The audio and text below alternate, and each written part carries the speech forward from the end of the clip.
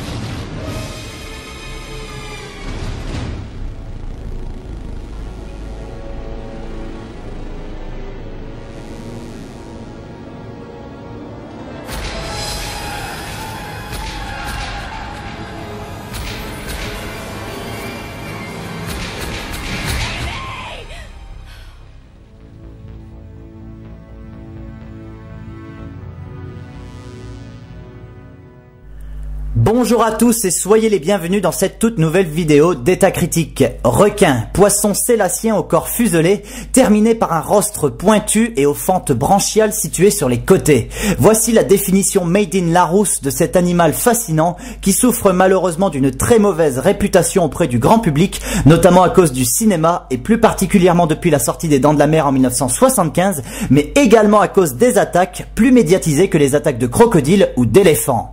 Requin, morceau de caoutchouc mêlé à des stock shots de documentaires provenant des émissions de la National Geographic. Voici la définition made in notre film du jour que l'on peut faire de ce même animal. Aujourd'hui, nous allons nous plonger dans la critique de la suite d'un film sur lequel je suis déjà revenu il y a de ça quelques mois et que j'avais déjà bien allumé au passage. Chose que je n'avais pas faite à ce moment-là. Aujourd'hui, nous allons aborder le cinéma de Requin afin de resituer un peu notre film du jour parmi les autres œuvres de son sous-genre. Aujourd'hui au programme donc un direct vidéo tout moisi, tout nanardisant qui sent bien le relent de caca cinématographique tout rance et tout jauni. Je veux bien évidemment parler de Shark Attack 2 sorti directement en vidéo aux États-Unis le 13 février 2001 et arrivé chez nous en France probablement quelques temps après cette année-là. Ce chef-d'œuvre requinesque, oui je sais ce mot n'existe pas dans la langue française, a été réalisé par David Worth. Lui qui débuta comme scénariste, assistant réalisateur et monteur sur de vagues séries Z au début des années 70, se spécialisa par la suite dans le métier de directeur de la photographie, où il travailla notamment sur des films comme Bronco Billy et Ça va cogner en 1980, Stargroove et Danger en 1986 et Bloodsport en 1988. Ce métier, il ne l'abandonnera jamais complètement et le conciliera au poste de réalisateur qu'il acquit en 1979 avec son premier gros film, entre guillemets, Hard Knocks. Il réalisera notamment par la suite des œuvres comme Le Chevalier du Monde Perdu en 1983, Kickboxer en 1989, Lady Dragon en 1992, Retour de Flamme en 1994, The Prophet's Game en 1999, Shark Attack 3 en 2002 ou Honor, son dernier film en date, en 2006. Au casting de Shark Attack 2, nous pouvons retrouver une palette de comédiens et de comédiennes anonymes, comme c'est le cas dans toutes les productions bas de gamme direct-to-vidéo moisies desquelles peut provenir notre film du jour. Thorsten Kaye, dont on peut retenir qu'il fut cascadeur sur le film Bone Collector sorti en 1999, est un acteur qu'on a pu également retrouver dans certains épisodes de séries comme Sliders, Les Mondes Parallèles, Air America, La Force du Destin ou Smash. Il a également joué dans The Prophet's Game de David Worth. Nikita Hager, dont la carrière repose exclusivement à 200% sur de petits rôles express dans un très grand nombre de séries télévisées connues de ces 15 dernières années, de Beverly Hills à Mon Oncle Charlie, en passant par NIPD Blue, Star Trek Enterprise, Friends, Nash Bridge, Providence ou Melrose Place. À leur côté, nous pouvons retrouver Dan Metcalf, Caroline Bruins et Danny Keogh. Comme je le disais, que des anonymes. Sans transition, de quoi parle notre nanar du jour. Samantha et Amy sont deux sœurs et deux plongeuses confirmées. Un jour, Amy se fait becqueter par un grand requin blanc. Samantha s'en sort et constate que sa sœur, avant de finir en shish kebab, a eu le temps de planter un couteau dans l'œil du squale. Quelque temps plus tard, elle reconnaît le meurtrier de sa sœur dans un parc d'attractions aquatique. C'est lui, il faut qu'elle se venge, sauf que le requin, pas con, en profite pour se faire la malle en provoquant au passage un gentil petit bain de sang tout mignon. Accompagnée de Nick, un spécialiste des requins aussi crédible que moi en astrophysicien, elle va tenter de dénicher la bestiole et de la buter avant que les meurtres se comptent en centaines, voire en milliers. Bref, synopsis, tout ce qu'il y a de plus classique en matière de films sur les requins, voire plagiat, car oui, Shark Attack 2 au premier abord pompe sans vergogne certaines idées scénaristiques provenant du premier et du troisième volet de la saga des Dents de la Mer. Le côté traque en mer pour le film original, le côté massacre dans le parc d'attractions pour l'épisode 3. Mais avant de nous plonger dans la critique de notre film moisi du jour, parlons requins. Les requins, à l'instar des serpents ou des crocodiles, sont des créatures qui ont toujours alimenté le cinéma horrifique. Pourquoi craint-on le requin?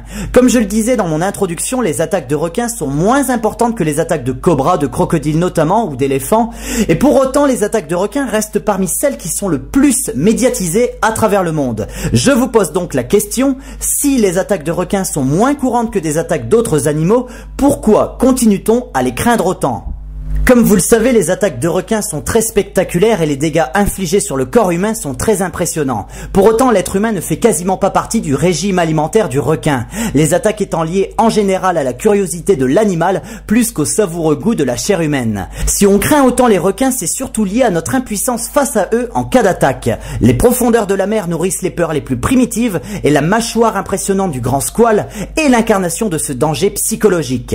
Au cours des années 70, un metteur en scène va comprendre cette idée et va décider de puiser à l'intérieur de celle-ci pour créer un film qui va marquer durablement l'histoire du cinéma, aussi bien dans le sous-genre du cinéma de requin que dans toute l'industrie cinématographique. Ce metteur en scène, c'est Steven Spielberg et son film Les Dents de la Mer. De nos jours, il est impossible de parler d'un quelconque film mettant en scène des requins sans évoquer Les Dents de la Mer, référence absolue en la matière. Spielberg va créer une mise en scène jamais vu jusqu'alors et proposer un thriller terrifiant qui alimentera davantage la peur du commun des mortels pour le requin. Les Dents de la Mer va devenir une référence absolue pour le sous-genre du film de requin, mais va également provoquer un tremblement de terre artistique dans le petit monde du cinéma. Doté d'un budget de 4 millions de dollars, il en réunira à l'époque plus de 470 millions à travers le monde. Véritable phénomène de société, il sera l'un des premiers films à tourner la page du nouvel Hollywood qui disparaîtra au début des années 80 et à ouvrir la voie toujours actuelle du blockbuster. Aujourd'hui, avec le recul, Les Dents de la Mer peut être considéré comme le tout premier blockbuster de l'histoire du cinéma. Au vu du monstre cinématographique que représentent les Dents de la Mer, rappelons qu'à l'époque on n'avait jamais vu un tel film mettant en scène aussi efficacement les attaques d'une créature féroce, il paraît évident que de nombreux films du même genre allaient s'engouffrer dans la brèche. Il y aura ceux qui tenteront de se la jouer plutôt originale sans renier leur principale influence et ceux qui joueront le plagiat abusif sans scrupule. Au lendemain de la sortie des Dents de la Mer, nous pouvons noter l'arrivée de films comme Les Mâchoires Infernales, Terreur sous la mer, tous deux sortis en 1976, Les Dents d'Acier en 1977, La Mort au large en 1981 qui surferont tous sur la tendance Jaws. Les Dents de la Mer, devenu un film culte, va connaître également bon nombre de suites. Les Dents de la Mer, deuxième partie en 1978, Les Dents de la Mer 3 en 1983 et Les Dents de la Mer, la revanche en 1987. Dire que ces suites sont à la hauteur du film original serait un blasphème pour celui-ci tant ces trois longs métrages sont d'une stupidité qui s'impose crescendo.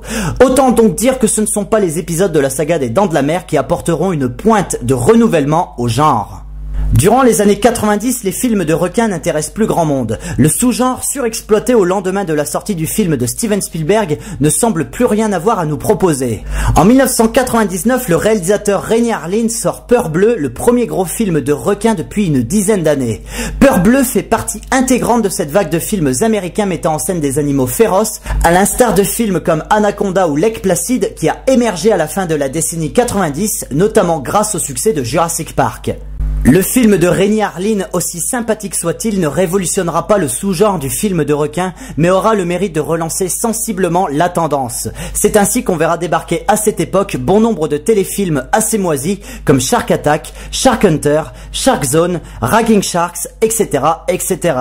En 2005, Open Water en eau profonde apportera une nouvelle vision du film de requin, de par son aspect documentaire et ses prises de vue particulières qui lui confèrent un réalisme très marqué, très éloigné des autres productions précédentes. Aujourd'hui, le sous-genre du film de requin tente de s'adresser à une toute nouvelle génération de spectateurs tout en jouant à fond la carte nostalgique des Dents de la Mer. Des films comme Malibu Shark Attack, The Reef ou Shark Night 3D, sortis il y a peu de temps, n'ont rien de particulièrement original, mais ont le mérite de s'ajouter à la longue liste des films d'horreur mettant en scène les célèbres squales. Concernant notre film du jour, sa production n'est pas tellement une surprise. En 1999, Shark Attack, premier du nom qui, rappelons-le, mettait en scène le beau Casper Van Dien, avait obtenu un minimum de succès à la télévision, bien qu'il soit relativement pourri dans son ensemble. C'est donc sans surprise qu'à peine un an et des brouettes après, on voit débarquer une suite qui accessoirement n'a rien à voir avec le film original. Rappelons tout de même que Shark Attack est une trilogie et que le troisième volet, Shark Attack 3 Megalodon, sortira en 2002. Ça nous laisse un peu de temps avant de revenir dessus, néanmoins sachez déjà que celui-là, je l'ai sérieusement dans le collimateur. Le troisième volet est un peu l'aboutissement d'un rêve nanardesque, mais je n'en dis pas plus, il va falloir patienter un petit peu. Revenons à notre film du jour. Vous l'avez compris au vu du ton relativement léger de ma vidéo, Shark Attack 2 sous-titré Le Carnage est encore un joli nanar à caler pas trop loin des pitons ou des carnosaures. Si vous vous souvenez un petit peu de mon avis à propos du premier film, j'avais expliqué grosso merdo que c'était un film relativement long et lent avec peu d'action, des attaques de requins mal fichues, accessoirement piquées dans les rushs des documentaires de la National Geographic. En abordant cette suite, honnêtement, je m'attendais à quelque chose de bien pire encore. Et bien, contre aucune attente, ce fut le cas. Néanmoins, je dirais que je me suis peut-être plus amusé avec ce film qu'avec son prédécesseur. Ce qui frappe la première fois qu'on observe Shark Attack 2, c'est qu'il accorde plus d'importance aux attaques de requins que le premier volet. Et ça, c'est tant mieux parce que quand on va voir un film de requins, c'est surtout pour voir des gens se faire déchiqueter par des vilains squales. Le gros point noir de Shark Attack 2, qui peut-être aurait pu être un bon téléfilm sympathique, c'est clairement son gros manque d'originalité. Manque d'originalité qui montre à quel point le sous-genre du film de requin en chie pour se renouveler. Le schéma scénaristique du long métrage est le même que dans la plupart des films de requins de ces 30 dernières années, depuis Les Dents de la Mer en somme. La première attaque au début du film, une menace que personne ne prend réellement au sérieux, une attaque spectaculaire devant des centaines de témoins, la traque du requin et la victoire des héros. Les Dents de la Mer a imposé ce schéma, mais quand tu observes la plupart des films de requins qui ont suivi, ce schéma est systématiquement repris, d'une façon plus ou moins différente selon les cas, et ce même parmi les autres films de la saga initiée par Spielberg. Shark Attack 2 s'engouffre donc dans une brèche déjà ouverte et exploitée jusqu'à la corde. Dès qu'on a compris cela, on sait qu'il n'y a plus grand chose à attendre d'un tel film. Dans le détail, Shark Attack 2 avance dans un terrain qui est encore plus balisé qu'il n'y paraît, malgré quelques subtilités comme le nombre de requins tueurs qui mettent en évidence plusieurs requins et non un seul. Les personnages sont incroyablement stéréotypés et ne possèdent aucune profondeur, ça c'est une chose. Les victimes sont déjà connues, on sait qui s'en sortira, qui ne s'en sortira pas. De fait, inutile d'espérer le moindre sursaut d'originalité. Shark Attack 2 est un film qui se prend réellement au sérieux. Trop premier degré et trop sage également. Malgré un nombre plus important d'attaques de requins dans ce film que dans le premier volet, ne vous attendez pas au carnage annoncé. Vous ne verrez pas de séquences réellement gore, pas de passages particulièrement crades et spectaculaires. Les attaques de requins, lorsqu'elles ne sont pas des stock shots provenant de documentaires animaliers, sont filmées avec un requin en caoutchouc, une caméra qui gesticule dans tous les sens et un peu de ketchup dilué dans l'eau. Rien d'exceptionnel. Les personnages sont, comme je le disais, incroyablement stéréotypés. Leurs dialogues sont particulièrement niais, ce qui vous fera sûrement avoir un bon gros fou rire par instant. Chacun des personnages possède une connexion particulière entre eux, l'amour, l'amitié, la haine, etc. Et ici, ce qui est vraiment drôle, c'est de voir avec quelle rapidité ils passent d'une humeur à l'autre sans transition, en ayant zappé l'état d'esprit qui était le leur précédemment. Le scénariste a tout compris, il te propose donc des personnages aussi fins qu'une feuille de papier OCB. La mise en scène, elle, n'a rien de prodigieuse. Inutile de trop en demander, rappelons qu'on a affaire à un simple téléfilm. On s'ennuie tout de même largement moins que dans le premier volet. Ce qu'on regrette, c'est que le metteur en scène ait axé sa vision sur quelque chose de très premier degré. Je pense que s'il avait orienté son film vers une forme d'autodérision, ça aurait pu donner quelque chose de vraiment sympathique. Ici, on a juste affaire à un téléfilm nanardesque, tout ce qu'il y a de plus classique. Un mot à propos des acteurs. Voilà, donc en conclusion, Shark Attack 2 n'est pas un film foncièrement intéressant. Son intrigue déjà vue et son excès de situations édulcorées mettent en lumière les limites d'un sous-genre qui n'a jamais réussi à s'émanciper du chef-d'œuvre mère. Shark Attack 2 peut être perçu comme le symbole d'un cinéma, bien qu'il s'agisse d'un téléfilm, qui n'est jamais parvenu à évoluer et qui aujourd'hui encore reste dans l'ombre d'un seul et unique film culte. Shark Attack 2 marche sur des traces de pas déjà bien tracées et ne propose finalement rien de particulièrement exaltant. Comparativement au premier volet, on peut noter un rythme mieux géré et des attaques de requins plus nombreuses, mais c'est encore trop peu pour en faire un bon film. La platitude des dialogues, le côté archi prévisible de l'œuvre font de celui-ci un sympathique nanar qui s'observe entre potes un samedi soir avec bière et pizza au menu. Voilà, sur ces mots, je vous donne rendez-vous pour une prochaine critique, je vous dis bye bye, allez au cinéma et à la prochaine.